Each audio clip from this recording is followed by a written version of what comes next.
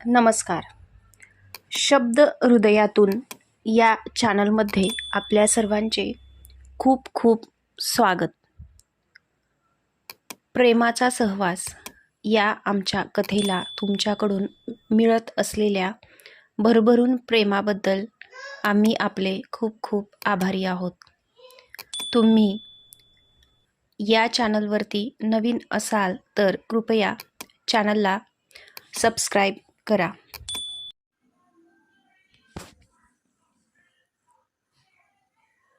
राधा आणि रुचा गेटमध्ये थांबून भांबावून समोर पाहत होत्या.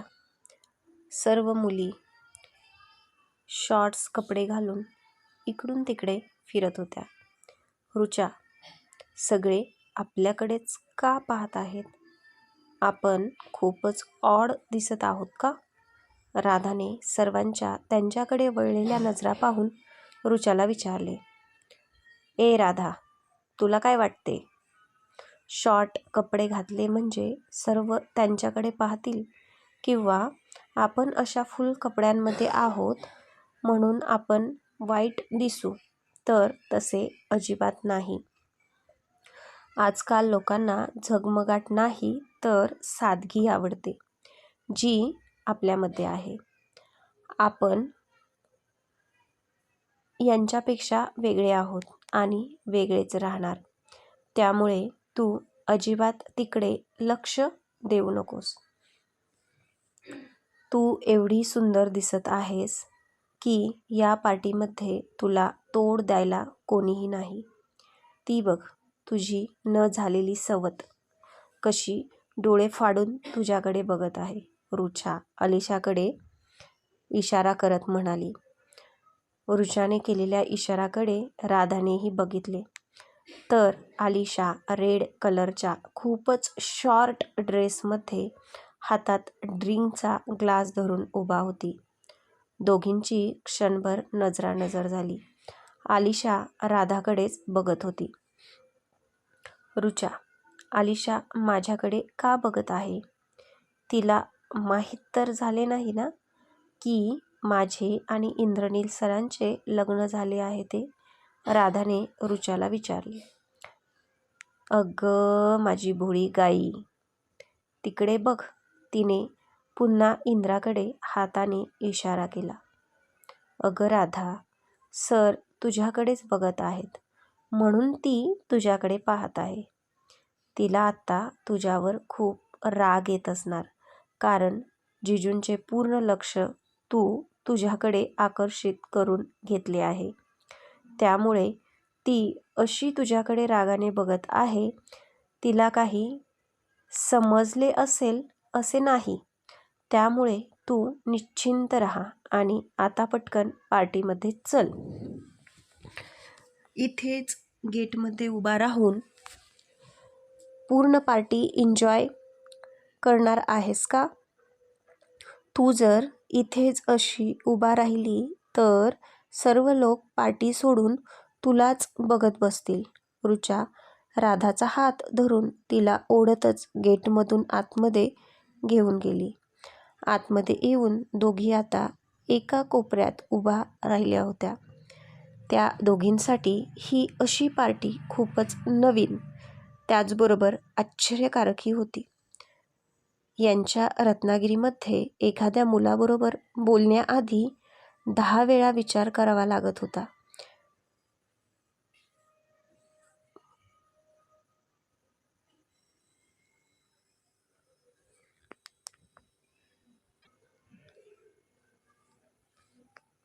विचार करून तो जर चांगला वाटला तरच त्याच्याशी बोलले जात होते आणि मग कालांतराने मैत्री, पण तीही अगदी ठराविक मुलांशीच. इथे मात्र मुली मस्त बिनधास्त धुंद होऊन कुठल्याही मुलांच्या गळ्यात पडून अगदी बिनधास्त डान्स करत होत्या. शॉर्ट घालून ड्रिंक करणाऱ्या मुली पाहून तर या दोघींचे डोळे बटाट्यासारखे मोठे मोठे झाले होते. काही वेळात ते बंद केले गेले नाहीत तर ते डोळे उड्या मारत मारत बाहेर येतील असे दिसत होते. हाय सुमित, त्या दोघींजवळ येत बोलला आणि त्या दोघी बरोबर येऊन उभा राहिला. Radha, you are looking so beautiful. तो राधाकडे बघत बोलला. ऋचाचे सुमितकडे लक्ष गेले आणि हळूच सुमित शेजारी येऊन उभा राहिली. इंद्रा आगीसारख्या लाल झालेल्या डोळ्यांनी सुमितला घूरत होता. जर इंद्राने 2 मिनिटात सुमितवरून नजर हटवली नाही तर इंद्राच्या डोळ्यातील सर्व किरणे सुमितवर एकत्रित होऊन सुमितला आग लागल्याशिवाय राहणार नव्हती.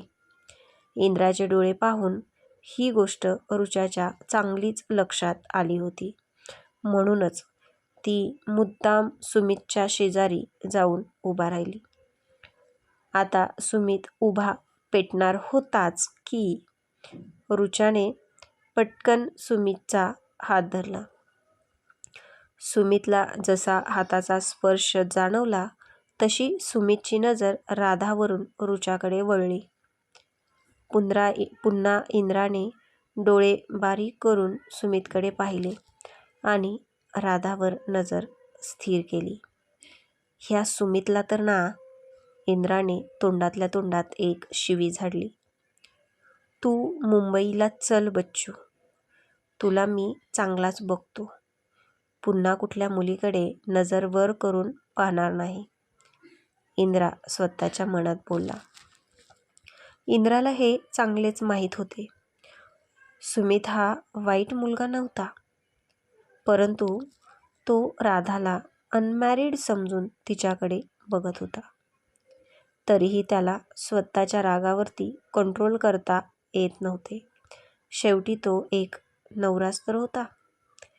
त्याचे राधावरती जीवापाड प्रेम होते आणि तिच्याकडे कोणी नजर वर करून पाहत असेल तर तो कोणीही असो तो ते सहन करणारच नव्हता. तो ते खपवून घेऊच शकत नव्हता आणि घेणारही नव्हता. परंतु सध्या सुमितला समजावून सांगणे गरजेचे आहे याची त्याला जाणीव झाली होती. ऋचाने हात धरला आहे हे जाणवताच सुमितने एकदा त्याच्या धरलेल्या हाताकडे आणि नंतर नजर वर करून ऋचाकडे बघितले. भुवया वर करून तिला काय असे विचारले. सर, काय करताय? ऋचाने सुमितला विचारले. काय करताय म्हणजे? सुमितने प्रश्नार्थक नजरेने ऋचाला विचारले. तुम्ही राधाकडे असे का बघत आहात? तुम्ही मगाशी पाहिले नाही का? सर तुमच्याकडे कसे पाहत होते ते? ऋचाने सुमितला विचारले. ऋचा असे म्हणताच सुमितला मगाशी पाहिलेली इंद्राची नजर आठवली. त्या नजरेतला जाळ पाहून तो क्षणभर थरथरला, परंतु काहीच क्षण. लगेच भानावर येऊन, हो मी ते पाहिले, परंतु तू त्यांची राधा वर असलेली नजर नाही पाहिली का? तुला त्या नजरेत काही वेगळे वाटले नाही का? त्याने ऋचाला प्रतिप्रश्न केला. मलाही त्यांनी राधाकडे असे पाहिलेले अजिबात आवडले नाही. ते माझ्याकडे रागाने पाहत होते, परंतु मला असे जाणवत आहे की त्यांच्या मनात राधाबद्दल काहीतरी आहे, अगदी नक्कीच काहीतरी आहे. मी त्यांना कालपासून नोटीस करत आहे. त्यांची राधाकडे पाहण्याची नजर मला बरोबर वाटत नाही. बॉस असले म्हणून काय झाले? सर्व एम्प्लॉईंकडे काय असे पाहणार का? त्यांनी राधाकडे बघत ऋचाला विचारले. त्याने इंद्राकडे पाहिले. अजूनही त्याची नजर राधावरतीच होती. इंद्रा क्षणभर ही त्याची नजर राधावरून हटवत नव्हता. ही गोष्ट तिथे उपस्थित बऱ्याच जणांनी नोटीस केली होती. बघ पुढे, अजूनही बॉस कसे राधाकडे पाहत आहेत आणि तू मला जाब विचारायला आली आहेस का? त्याने थोडे रागातच रुचाला विचारले. सर सॉरी, तुम्ही सिनियर आहात, परंतु मला तुम्हाला सावध करणे गरजेचे वाटते, अन्यथा तुमचे खूप मोठे नुकसान होईल. रुचाने पुन्हा सुमितला सावध करण्याचा प्रयत्न केला, परंतु सुमित तिचे ऐकण्याच्या मनस्थितीत दिसत नव्हता. नुकसान होईल म्हणजे काय? त्यांनी एम्प्लॉईंना घरची प्रॉपर्टी असल्यासारखे समजायला मोगलाई आहे का? त्याने आता गुस्स्यात रुचाला विचारले. सुमितला असे सांगून समजणार नाही याची रुचाला जाणीव झाली होती. सर, राधाकडे जरा नीट बघा, रुचाने सुमितला सांगितले. तिलाच तर कधीपासून पाहत आहे. तो जरा लाजत रुचाला म्हणाला. सर, मी नीट पहा असे म्हटले. रुचा पुन्हा राधाकडे नजर फिरवून सुमितला बोलली. त्याने पुन्हा राधाला नजरेत स्कॅन केले. हा, बघितले, तो रुचाला बोलला. तुम्हाला काहीच दिसत नाही का? रुचा बोलली. म्हणजे? सुमितने कन्फ्यूज होऊन रुचाला विचारले. सर, जरा तिच्या गळ्यात बघा. आता सुमितने त्याची नजर तिच्या गळ्यावर नेली. गोऱ्यापान गळ्यावर मधोमध पांढरा स्टोन चमकत होता. सोन्याची चैन असल्यासारखे ते दिसत होते. सुमितने जरा निरखून पाहिले. आता त्याला त्या चेनमध्ये काळे मणी असल्यासारखे दिसले. सुमितने कन्फ्यूज होऊन राधाच्या गळ्याकडे पाहिले आणि आता त्याने नकारार्थी मान हलवली. नाही, असे नाही होऊ शकत. रुचा, डोंट टेल मी की राधाचे लग्न झाले आहे, तो रुचाकडे बघून म्हणाला. आता रुचाने तिची मान वर खाली केली. सुमित आता खूप अपसेट झाला होता. त्याचा चेहरा क्षणात पडला. पुन्हा त्याला काहीतरी क्लिक झाले. रुचा, पण सर तिच्याकडे असे का पाहत आहेत? त्यांना पण राधाच्या लग्नाबद्दल माहीत असेल. त्याने संशयित नजरेने रुचाला विचारले. नाही सर, सरांना तिच्या लग्नाबद्दल माहीत आहे, रुचाने सुमितला लगेच सांगितले. सरांना कसे माहीत आहे? ऑफिसमध्ये तर कोणालाच माहीत नाही. अरे देवा, म्हणजे सर काय तिला त्रास वगैरे देत आहेत काय? त्याने पुन्हा रुचाला विचारले. सुमितचे शब्द तोंडातून बाहेर पडताच सुमितचा मागून कोणीतरी एकाच हातात गळा धरून दाबला. अचानक गळा दाबल्याने सुमितने घाबरून मान मागे वळवली. इंद्राचा आपल्या गळ्यावर हात बघून तो घाबरला. ज्याच्यासोबत लग्न झाले आहे त्याला माहीतच असेल ना? इंद्रा सुमितचा गळा अजून जोरात आवळत बोलला. म्हणजे राधा आणि तुम्ही? त्याने आता घाबरत इंद्राला विचारले. हो, राधा आणि मी. इंद्रा त्याची धारदार नजर सुमितवर रोखून बोलला. आणि हो राधा. आणि हो, राधा नाही, राधा मॅम म्हणायचे. समजले ना? इंद्राने बारीक डोळे करून सुमितला विचारले. आता सुमितची घाबरून पूर्ण गाळण उडाली होती. त्याने घाबरतच हो अशी मान हलवली. पुन्हा जर अशी चूक झाली तर गाठ माझ्याशी आहे, इंद्रा बोलला. सॉरी सर, मला माहीत नव्हते. पुन्हा अशी चूक होणार नाही. सुमित माफी मागत इंद्राला बोलला. आणि हो हो हो गोष्ट ऑफिसमध्ये कोणालाही कळता कामा नये. इंद्राने आता सुमितला धमकी दिली. सर, खरंच माझ्याकडून खूप मोठी चूक झाली. पुन्हा असे कधीच होणार नाही. मला माफ करा. तो हात जोडत बोलला. आता पार्टी चांगलीच जोमात आली होती. म्युझिक जोरजोरात वाजत होते आणि तरुणाई त्या गाण्यावरती थिरकू लागली होती.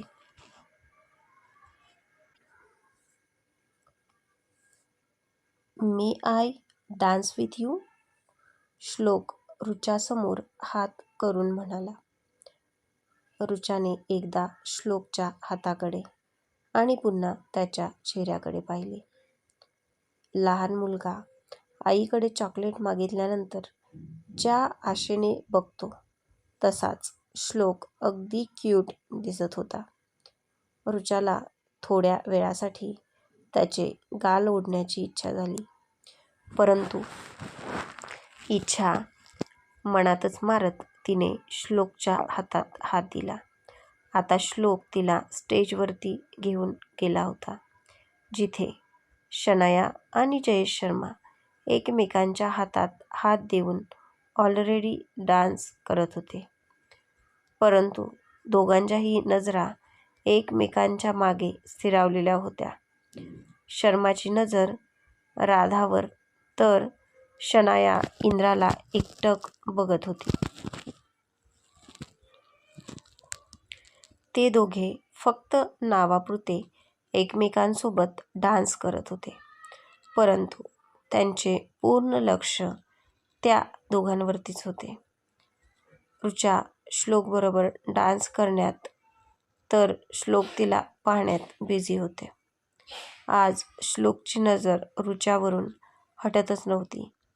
आजची ऋचा आणि आजपर्यंत पाहिलेली ऋचा अगदी वेगळ्याच भासत होत्या. श्लोक आज पूर्ण ऋचामय झाला होता. त्याला पार्टीमध्ये फक्त ऋचाच दिसत होती, म्हणून त्याची नजर काही तिच्यावरून, तिच्या चेहऱ्यावरून हटवायचे नाव घेत नव्हती. ऋचाने नजर वर करून श्लोकच्या डोळ्यात पाहिले आणि तीही त्याच्या नजरेत अडकली. तिचे हृदय आता 100च्या स्पीडने धावू लागले होते. श्लोक तिच्याबरोबर अगदी पॅशनेटली डान्स करत होता आणि ऋचाही त्याला पूर्ण साथ देत होती. ते अगदी प्रोफेशनल डान्सर असल्यासारखे डान्स करत होते आणि या गोष्टींवर विश्वास ठेवणारच नाही. कोणी या गोष्टीवर विश्वास ठेवणारच नाही की ते आज पहिल्यांदाच एकत्र डान्स करत आहेत. बऱ्याच नजरा त्या दोघांवरती खिळल्या होत्या. त्यांना पाहून ते कपल आहेत अशी सर्वांची खात्री झाली होती. राधा श्लोक आणि ऋचाला बघत होती. तिच्याही मनात तोच विचार आला आणि ती त्या गोष्टीवर विचार करू लागली. खरंच असे झाले तर किती बरे होईल नाही? तिने स्वतःच्याच मनाला प्रश्न केला. ऋचा नेहमी माझ्याबरोबरच राहील. कोणाचे काय तर कोणाचे काय. हिला तिच्याबरोबर ऋचा भेटेल याचा आनंद. छोट्या लोकांच्या छोट्या गोष्टी, या मधला आनंद असाच तर असतो, हो ना? डान्स करता करता अचानक शर्माने शनायाचा हात सोडला. शनायाने प्रश्नार्थक नजरेने त्याच्याकडे पाहिले, तर तो काहीच न बोलता स्टेजवरून खाली उतरला आणि राधासमोर येऊन उभा राहिला. त्याने लेट्स डान्स, तो राधाकडे बघत बोलला. शर्माला राधासमोर बघून इंद्रा पटकन तिच्या शेजारी येऊन उभा राहिला. तोपर्यंत शनाया इंद्राजवळ येऊन उभा राहिली होती. इंद्रा, चल डान्स करू. आता राधा इंद्राकडे आणि इंद्रा राधाकडे बघत होता. दोघांनाही बघायचे होते की समोरून काय रिॲक्शन येते, परंतु दोघेही त्या दोघांसमोरून बाजूला झाले आणि एकदम एकमेकांसमोर आले. आता इंद्राने राधाचा हात धरला आणि तिला डान्स फ्लोअरवरती घेऊन आला. थोड्या वेळापूर्वी शनायाने इंद्राला डान्ससाठी विचारले होते. बऱ्याच मुलींना तिने इंद्राला डान्ससाठी विचारताना पाहिले होते, परंतु तो कोणाच बरोबर डान्ससाठी गेला नव्हता. राधाचा हात धरून तो डान्स फ्लोअरवरती गेला. हे बघून शनायाचे डोळे आग ओकू लागले होते. तिचा पारा आता चढू लागला होता. शर्मालाही इंद्राचा खूप राग आला होता आणि आता त्याच्याकडे काहीही पर्याय नव्हता.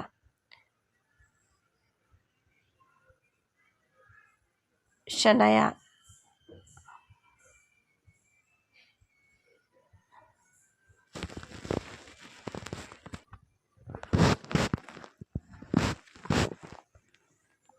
परंतु तो कोणाच बरोबर डान्ससाठी गेला नव्हता.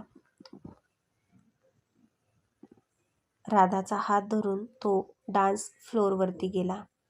हे बघून शनायाचे डोळे आग ओकू लागले होते. तिचा पारा आता चढू लागला होता. शर्मालाही इंद्राचा खूप राग आला होता. आता त्याच्याकडे काहीही पर्याय नव्हता. शनाया आणि शर्मानेही एकमेकांकडे बघितले आणि दोघेही पुन्हा डान्स फ्लोअरवरती येऊन पोहोचले. तर मित्रांनो, भेटूया पुढील भागात.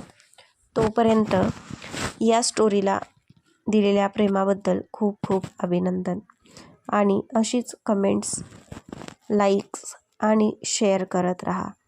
उशिरा भाग पोस्ट करण्यासाठी मी मनापासून दिलगिरी व्यक्त करते आणि पुढील भाग लवकरच तुमच्यासाठी उपलब्ध करून देईल अशी एक ग्वाही म्हटला तरी चालेल. तर भेटूया पुढील भागात लवकरच. धन्यवाद.